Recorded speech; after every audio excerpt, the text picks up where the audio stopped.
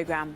There's been another night of protests across the United States as crowds defied curfews and were undeterred by President Trump's threats to bring in troops to quell the unrest. The death last week of an unarmed black man, George Floyd, at the hands of a white police officer has ignited 8 days of sometimes violent protests in all major cities in the nation. Hermione G tells us more.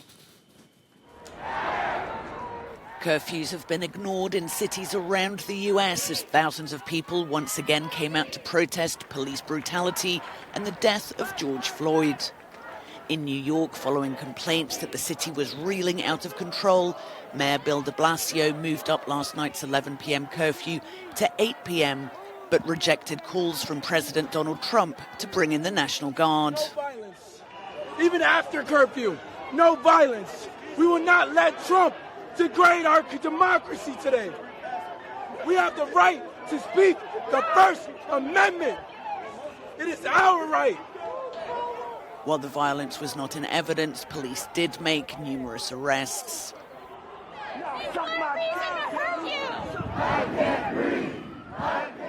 In Washington, D.C., demonstrators staged mock arrests, lying on the ground near the White House. The protest lacked the tension of previous nights, even as military troops waited on the outskirts of the city, according to the Associated Press. In Minneapolis, the mother of George Floyd's 6-year-old daughter said that she wanted the world to know that her little girl lost a good father who would never get to see his daughter grow up. I'm here for my baby,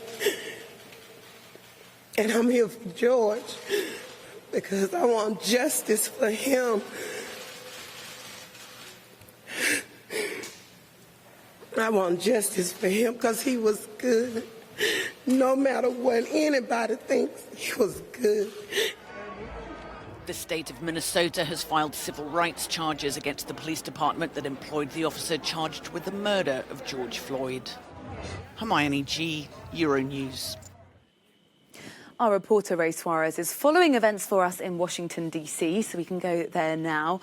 Ray, thanks for talking to us. An 8th night of protests, but as we heard there in Hermione's reports, maybe a shift in atmosphere. Some protesters determined that it wouldn't get violent. What was it like yesterday when you were there?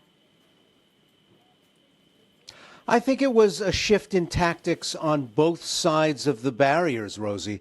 There seemed to be an idea both among the various police forces and National Guardsmen scattered across America's cities and towns that by not taking the bait, by not responding, and among the protesters, by not provoking, it could be a more peaceful night. To give you an example, here in Washington, D.C., the nation's capital, the curfew was moved back to 7 p.m. While the sun is still full out and the sky was bright, people were asked to go home, get off the streets, get out of their cars, get out of restaurants. And Washington pretty much emptied out, except for the thousands that headed down to the White House and the park adjacent to the White House, which was now ringed with 8-foot-tall black fencing.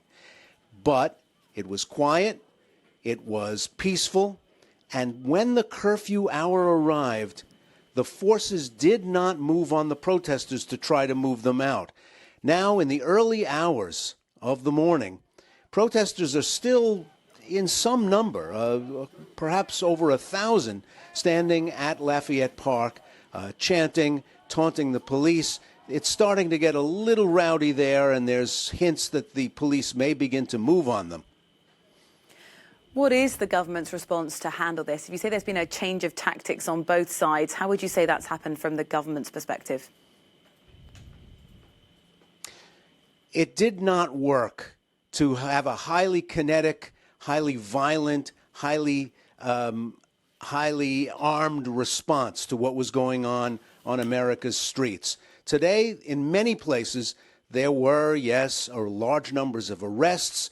There was still isolated looting in many American cities. But overall, when you consider that we're talking about, 125 cities where these things are going on, it was understood that maybe hanging back a bit was a better tactic on both sides. And this was, all in all, a better attended night. Remember, there are hundreds of thousands of people who are now out of work, out of school, their training schemes are closed, their summer internships are not happening.